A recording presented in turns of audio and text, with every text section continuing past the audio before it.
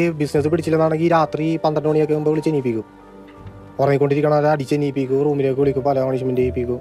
പിന്നെ ഈ നനഞ്ഞ തുണി വെച്ചിട്ട്, നനഞ്ഞ തോർത്തില്ലേ, അതൊക്കെ വെച്ചിട്ട് തല്ലലും പിടിക്കലൊക്കെ ഈ രാത്രി. പിന്നെ വസ്ത്രങ്ങൾ ഊരി നിർത്തുന്നതടക്കമുള്ള ശിക്ഷകളും ജീവനക്കാർക്ക് നേരെ നടപ്പാക്കിയിരുന്നു. കെൽട്രോയുടെ ജനറൽ മാനേജറായ ഹുബൈലാണ് തൊഴിൽ പരിശീലനം എന്ന പേരിൽ തൊഴിലാളികൾക്കെതിരെ ഇത്തരം പീഡനങ്ങൾ നടപ്പാക്കിയിരുന്നത്.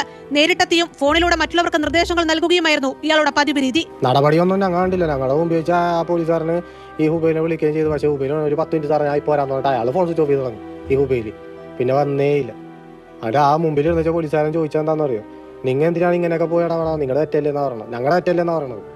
ദൃശ്യങ്ങൾ സഹിതം പുറത്തു വന്നതോടെ തൊഴിൽ വകുപ്പ് വിഷയത്തിൽ ഇടപെട്ടു. സ്ഥലത്ത് നേരിട്ടെത്തി പരിശോധന നടത്തി. അതേസമയം ജീവനക്കാർ പെരുമ്പാവൂർ പോലീസ് സ്റ്റേഷനിൽ മാർച്ച് 15 പരാതി നൽകിയിട്ടും പോലീസ് തുടർ നടപടി സ്വീകരിക്കാത്തതിൽ പ്രതിഷേധം ശക്തമാവുകയാണ്. കാശുള്ളവൻ എന്തും ചെയ്യാമെന്നുള്ള ഒരു അവസ്ഥയാണിത്. ഇത് വേറൊരു കമ്പനിയാണ്. ഹിന്ദുസ്ഥാൻ പവർ ലിങ്ക്സിൽ വേറെ പ്രശ്നങ്ങൾ ഉണ്ടായിട്ടുണ്ട്. എനിക്ക്